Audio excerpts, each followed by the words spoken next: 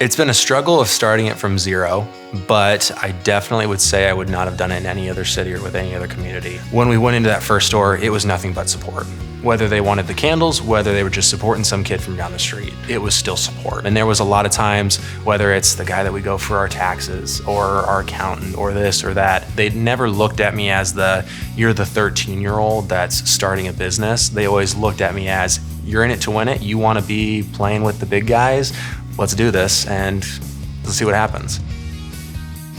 Every single struggle that we've had here, there's not previous experience other than inside this company that I'm able to go back to and look at. And that's definitely one of the biggest struggles, but also one of the best parts of it because it's an adventure every single day.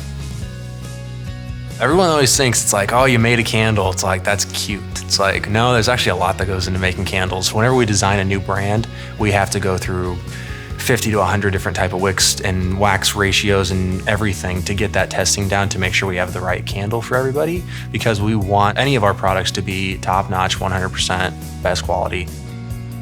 The details do really matter. And I know even something as little as on our Bianchi jars, the label on the bottom, it's made by a certain material, so it looks like it was printed on there. Or even our boxes, we have a double wall corrugate inside with a velvet soft jet black outside. And the reason we did that was because it felt luxury. When you hold it, you can't squeeze it like a lot of boxes. You can just squeeze tight and it'll like bend in. So all the UPS parameter drop tests we were able to do, and not a single crack, nothing happened to the jar on no packaging, just box drop, box kick. We threw them against the brick walls. We were just trying to do as much as we could to just damage this thing and it would not break. And so all those little aspects of it in the long term matter to a lot of people, even if only 1% are able to see it at the time. It was time for the business to grow outside of the family aspect of it, and it was time for me to grow out of the family aspect of it. Once we got into that first warehouse, once we got everything kind of squared away, that was starting that growing up side of things of, this is the issue, this is the solution, just keep going forward on every single problem or situation that we had. It was kind of a switch of, we know what we want, how do we get there?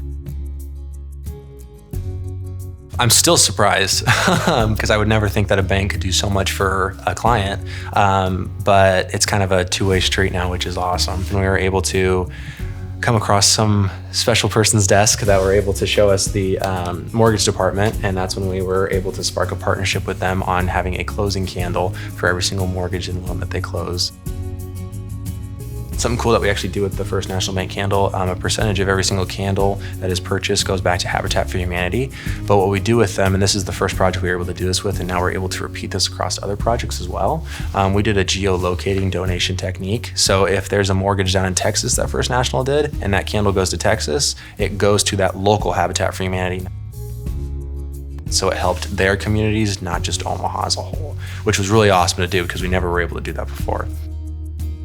Our biggest mission here is to stay all natural, stay clean, and make sure that we're environmentally friendly with still giving back to our community as a whole. They understand, as a business owner, the last issue you want to deal with is something with finances. Really, it's like, you guys got a boatload of stuff, and they get that. And so when it's like, hey, this is the problem, they're just like, hang up, keep doing what you're doing. I'll come back to you with the solutions and we'll get this done. And I definitely think that's something to be said about First National that's been so helpful as a small business, because there's only so many things that you can do in one day, and they definitely ease that pain.